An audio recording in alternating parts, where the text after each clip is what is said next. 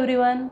In today's lecture we are going to learn new concept, that is accounting equations. See, accounting equation signifies that assets of business are always equal to the total of liabilities and capital.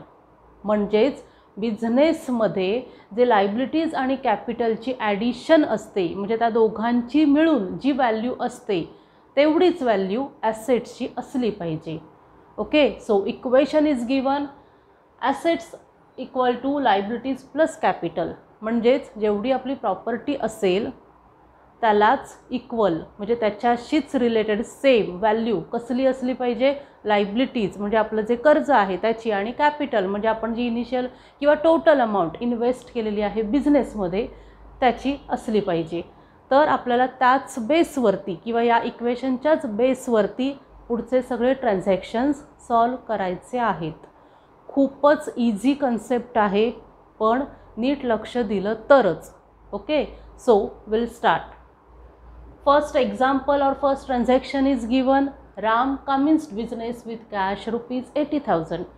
रामने business start केलेला आहे आणि त्याने cash आणलेली आहे बिझनेसमध्ये. Amount आहे ₹80,000. So which two accounts are involved here? First is cash account and then capital account. आपल्याला आता कॅश आणि कॅपिटल हे अकाउंट्स असे अरेंज करायचे आहेत की ज्याच्यामध्ये ॲसेट्स बरोबर लायबिलिटीज आणि कॅपिटलची अमाऊंट सेम यायला पाहिजे. तुम्हाला माहीतच आहे की कुठच्याही ट्रान्झॅक्शनचे दोन इफेक्ट असतात, राईट? तेच फॉलो करायचं आहेत आपल्याला. तो रूल जो आहे डबल एंट्री बुककीपिंग सिस्टमचा, each and every transaction must have two aspects और two effects, right? So Ram commenced business with cash और विथ ₹80,000. त्याने बिझनेस स्टार्ट केलेला आहे आणि 80,000 अमाऊंट बिझनेसमध्ये त्याने आणलेली आहे. कुठचे दोन अकाउंट येणार आहेत? कॅश अकाउंट आणि कॅपिटल अकाउंट. आता आपल्याला इथे कुठचे अकाउंट लिहायचे नाही आहेत, तर हे जे इक्वेशन दिलेलं आहे assets is equal to liabilities plus capital, त्याच्यामध्ये फक्त व्हॅल्यू प्लेस करायच्या आहेत, जे जे ट्रान्झॅक्शनमध्ये व्हॅल्यू दिलेले आहेत त्याप्रमाणे. आता जेव्हा आपण बिझनेस स्टार्ट करतो तेव्हा कॅश बिझनेसमध्ये येते, राईट? सो कॅश आपलं काय आहे? ॲसेट आहे, राईट? मग आपण इथे लिहिणार आहोत ॲसेट्सच्या अंडर लिहिणार आहोत ₹80,000, कारण कॅश आणलेली आहे. म्हणजेच आपली कॅश वाढलेली आहे, ॲसेट्स वाढलेले आहेत, म्हणून आपण लिहिलेलं आहे इथे 80,000, राईट? ॲसेट्सच्या अंडर. नेक्स्ट, लायबिलिटीज नाही आहेत कारण आपल्याला ते कर्ज नाही आहे, तर काय आहे ते? कॅपिटल आहे. अमाऊंट इन्व्हेस्ट केलेली आहे ना बिझनेसमध्ये, म्हणून ते कॅपिटल आहे. मग कॅपिटलच्या अंडर पण आपल्याला लिहायचे आहेत ₹80,000. क्लिअर? फर्स्ट ट्रान्झॅक्शन एवढंच आहे की जेव्हा आपण बिझनेस स्टार्ट करतो तेव्हा बिझनेसमध्ये कॅश आणतो ॲज ए कॅपिटल म्हणून ती कॅश असते. म्हणून ॲसेट्सच्या अंडर आपण 80,000 लिहिलेत, कारण ॲसेट्सच्या अंडरच कॅश येते, राईट? अँड कॅपिटल आहे ते आपल्याला, आपण जी कॅश आणलेली आहे ती बिझनेससाठी कॅपिटल आहे, म्हणून आपण कॅपिटलच्या अंडर पण ₹80,000 लिहिलेले आहेत. कुठच्याही ट्रान्झॅक्शनचे दोन इफेक्ट लिहायचे आहेत. Next, purchase goods on credit from Ashok ₹12,000. नीट बघायचं आहे काय ट्रान्झॅक्शन दिलेलं आहे ते. Purchase goods on credit from Ashok ₹12,000. Goods purchase केलेले आहेत, पण ते क्रेडिट बेसिसवरती केलेले आहेत, म्हणजेच कॅश पे केलेली नाही आहे, राईट? मग आता इथे कुठचे दोन अकाउंट्स आहेत? एकतर purchase account, next credit transaction आहे म्हणून त्या पर्सनचं नाव येणार.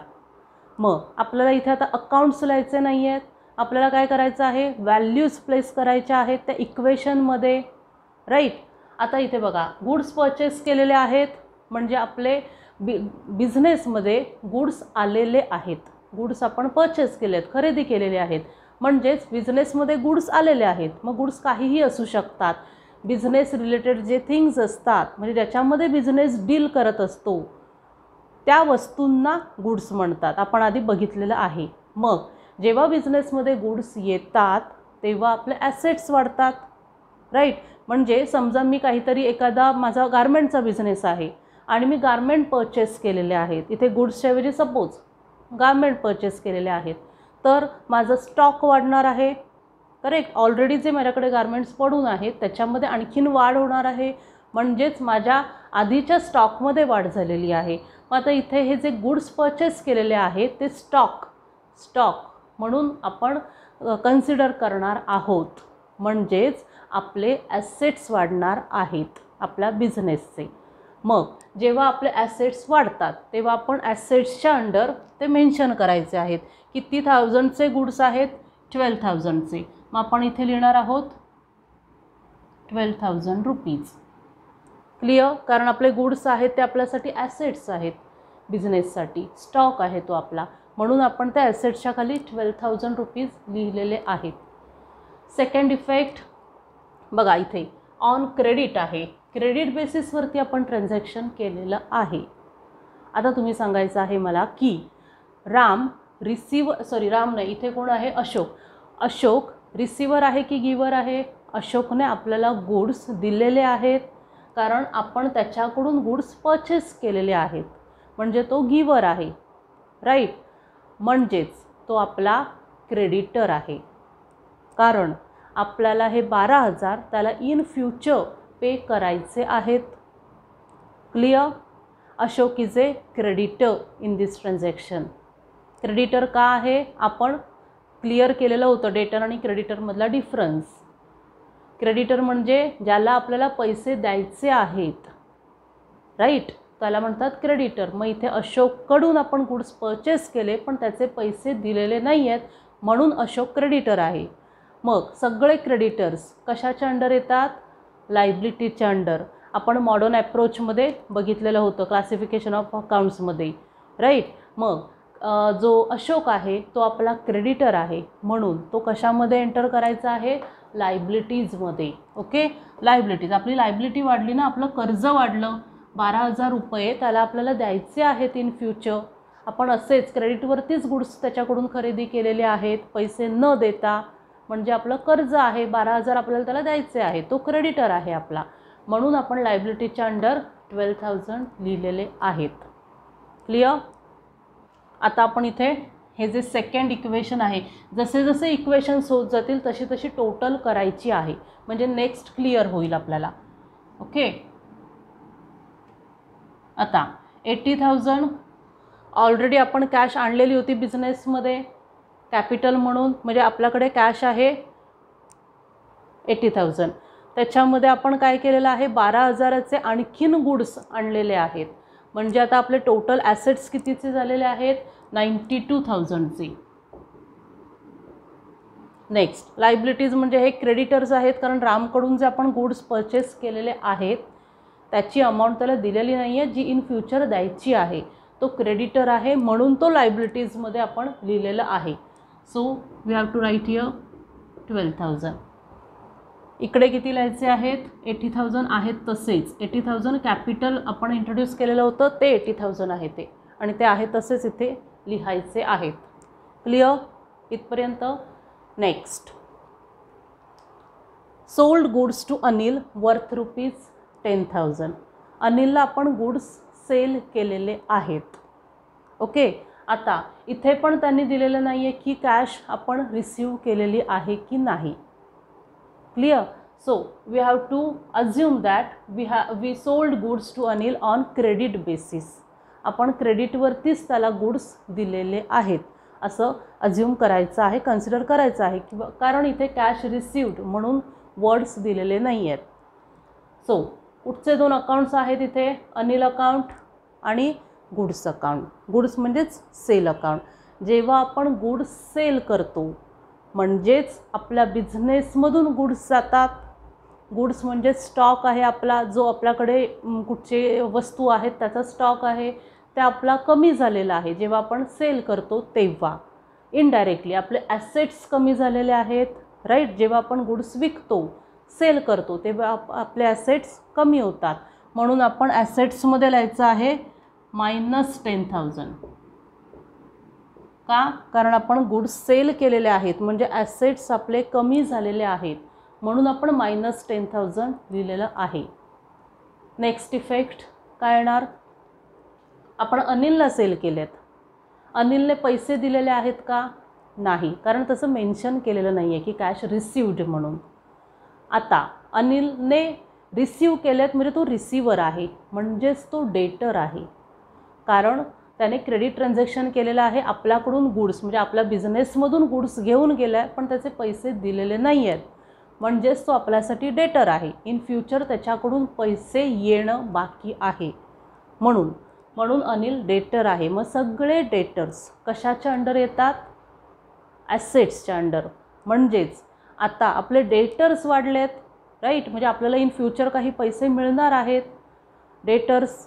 तर डेटर्स वाढलेत म्हणजेच इनडायरेक्टली आपले ॲसेट्स वाढलेले आहेत. मग ॲसेट्सच्याच अंडर परत प्लस करून लिहायचं आहे 10,000, कारण एकतर आपण गुड्स सेल केले म्हणून -10,000 लिहिलं आपण, कारण तेवढे आपले ॲसेट्स कमी झाले. गुड्स विकले म्हणून ॲसेट्स कमी झाले. नेक्स्ट आहे डेटर्स वाढले, राईट, म्हणून आपण इथे +10,000 लिहिलं आहे, कारण आपल्याला ते इन फ्युचर येणे आहेत, बाकी आहेत आपल्याला. आता ह्याची टोटल करायची आहे. 92,000 - 10,000 82,000. 82,000 + 10,000 किती होतात? 92,000. म्हणजे परत इथे किती येणार? 92,000. इथे आहेत तसेच 12,000 आणि इथे आहेत तसेच 80,000. Clear? Next, withdraw cash for personal use ₹2,000. नीट बघायचं आहे. कॅश आपण विथड्रॉ केलेली आहे, कशासाठी विथड्रॉ केलेली आहे? फॉर पर्सनल यूज, म्हणजेच काय आहे ते? ड्रॉइंग आहे. आता पुढचे दोन अकाउंट्स येतील, कॅश अकाउंट आणि ड्रॉइंग अकाउंट. जेव्हा आपण बिझनेसमधून कॅश काढतो तेव्हा आपली कॅश कमी होते बिझनेसची, म्हणजेच आपले ॲसेट्स कमी होतात, राईट. म्हणून आपण इथे लिहिणार आहोत ॲसेट्सच्या अंडर -2,000, कारण किती कॅश काढलेली आहे? 2,000. म्हणून ॲसेट्स आपले 2,000ने आपली कॅश कमी झालेली आहे, म्हणून आपण इथे -2,000 लिहिलं आहे. सेम इफेक्ट जाणार आहे कॅपिटलमध्ये, कारण जी अमाऊंट आपण 80,000 जी आणलेली होती त्याच्यामधली 2,000 आपण स्वतःच काढलेली आहे, राईट. म्हणून कॅपिटलमधून सुद्धा -2,000 करायचे आहेत, कारण ते ड्रॉइंग आहे. क्लिअर? आता याची टोटल 92,000 - 2,000 90,000. इथे 12,000 आहे तसेच. 80,000 - 2,000 78,000. Clear? Next, sold goods costing ₹12,000 at profit of ₹2,000. नीट बघा transaction. Sold goods costing ₹12,000. Cost price म्हणजे त्याची ॲक्विजिशन प्राईस, परचेस प्राईस किती होती? 12,000. म्हणजे 12,000ला आपण वस्तू परचेस केलेल्या होत्या, पण त्याची आपण आता सेलिंग प्राईस काय असणार आहे की ज्याच्यामुळे आपल्याला 2,000 प्रॉफिट झालेला आहे? 12,000 + 2,000 = सेलिंग प्राईस, राईट. सो 12,000 + 2,000 14,000. म्हणजेच आपण ते गुड्स 14,000ला सेल केलेले आहेत. आता दोन प्राइजेस आहेत इथे, 12,000 कॉस्ट प्राइस आणि 14,000 सेल प्राइस, सेलिंग प्राइस. कसे कसे मेन्शन करायचे आहेत बघा. आणि एक प्रॉफिटची अमाऊंट एक दिलेलीच आहे की 2,000 आपल्याला प्रॉफिट झालेला आहे. आता गुड्स ॲक्च्युअल त्याची प्राईस किती होती, म्हणजे आपल्याकडे जे स्टॉक अवेलेबल असतो आपल्या बिझनेसमध्ये त्याची कॉस्ट प्राईस किती होती? 12,000. 12,000 त्याची प्राईस होती, म्हणून आपण ॲसेट्समधून सोल्ड केलेले आहेत, म्हणून ॲसेट्समधून 12,000 आपण मायनस करणार आहोत. म्हणजे आपल्याकडे जे अवेलेबल स्टॉक होता किंवा आपल्याकडे अवेलेबल जे ॲसेट्स होते त्याच्यापैकी 12,000चे गुड्स आपण विकलेले आहेत, म्हणून ॲसेट्समधून 12,000 आपण मायनस केलेले आहेत. क्लिअर? नेक्स्ट, प्रॉफिट कितीचा झालेला आहे 2000चा. मग प्रॉफिट जो आहे आपला इन्कम आहे, आपलं गेन आहे, राईट. मग आपलं कॅपिटल वाढतं जेव्हा आपल्याला प्रॉफिट होतो तेव्हा, कारण ऑलरेडी आपल्याकडे एवढं समजा कॅपिटल आहे जे असेल ते, त्याच्यामध्ये आणखीन आपल्याला प्रॉफिटची अमाऊंट ॲड करावी लागेल, कारण बिझनेसमधलं कॅपिटल वाढणार आहे जेव्हा प्रॉफिट होतो तेव्हा. मग आपण इथे करणार आहोत प्लस 2000. जो प्रॉफिट आहे तो कॅपिटलमध्ये आपण ॲड केलेला आहे. आता जी सेलिंग प्राईस आहे 14,000 ती काय आहे, जे 14,000ला आपण गुड्स विकल्यात, कारण 12,000 कॉस्ट प्राईस होती आणि 2,000 त्याचा प्रॉफिट आहे. मग काय करायचं आहे, 14,000 अमाऊंट आहे ती अंडर कॅश अकाउंट, कारण आपल्याला कॅश मिळालेली आहे. इथे आता कुठच्याही पर्सनचं नाव दिलेलं नाही आहे म्हणून ते क्रेडिट ट्रान्झॅक्शन नाही आहे, राईट. मग आता इथे आपण कॅश बेसिसवरतीच ट्रान्झॅक्शन केलेलं आहे. तर 14,000ची कॅश आपल्याला मिळालेली आहे म्हणजेच आपले ॲसेट्स वाढलेले आहेत, कारण cash is an asset for business, right. म्हणजेच कॅश वाढली म्हणजे ॲसेट्स वाढले. मग इथे काय करायचं आहे, आपल्याला 14,000 ॲड करायचे आहेत, जी सेल प्राईज आहे आपली. क्लिअर. सेलिंग प्राईज आपली 14,000 आहे म्हणून आपण तिथे ती ॲड केलेली आहे. तर 90,000 मायनस 12,000 78,000. 78,000 प्लस 14,000 किती होतात 92,000. आपण इथे लिहिणार आहोत 92,000. नेक्स्ट 12,000 आहेत तसेच. 78,000 प्लस 2,000 80,000. आता फायनल टोटल जी आहे ती 92,000 ॲसेट्स आहेत. लायबिलिटीज किती आहेत 12,000. कॅपिटल 80,000. लायबिलिटीज प्लस कॅपिटल 92,000, 12,000 आणि 80,000, 92,000 आणि इथे ॲसेट्सची व्हॅल्यू पण 92,000च आहे. कुठच्याही स्टेजला जर चेक केलं तर assets equal to liabilities plus capital हीच अमाऊंट असते. फॉर एक्झाम्पल समजा आधी 80,000 दोन्हीकडे सेमच होती, मग आपण ॲड केलेले होते 12,000 म्हणजे इथे किती झाले 80 प्लस 12 92,000. हे 12,000 आहेत तसेच आणि हे इथे 80,000 आहेत तसेच, म्हणजेच 80,000 प्लस 12,000 92,000. नेक्स्ट 92,000मधून आपण 10,000 लेस केले आणि परत 10,000 ॲड केले तर किती होते टोटल 92,000. इथे पण 80 प्लस 12 92,000. नेक्स्ट परत 90,000मधून 12,000 डिडक्ट केले आणि 14,000 ॲड केले, त्याची टोटल किती आली 92,000. परत इथे लायबिलिटीज आहेत तसेच 12,000, capital 78 plus 2 80,000.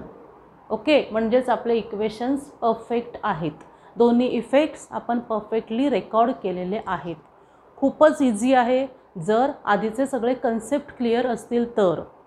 Okay, so we'll stop here today, and if you have any doubts or queries, please comment in comment box. Also, please like, share and subscribe the channel. Thank you.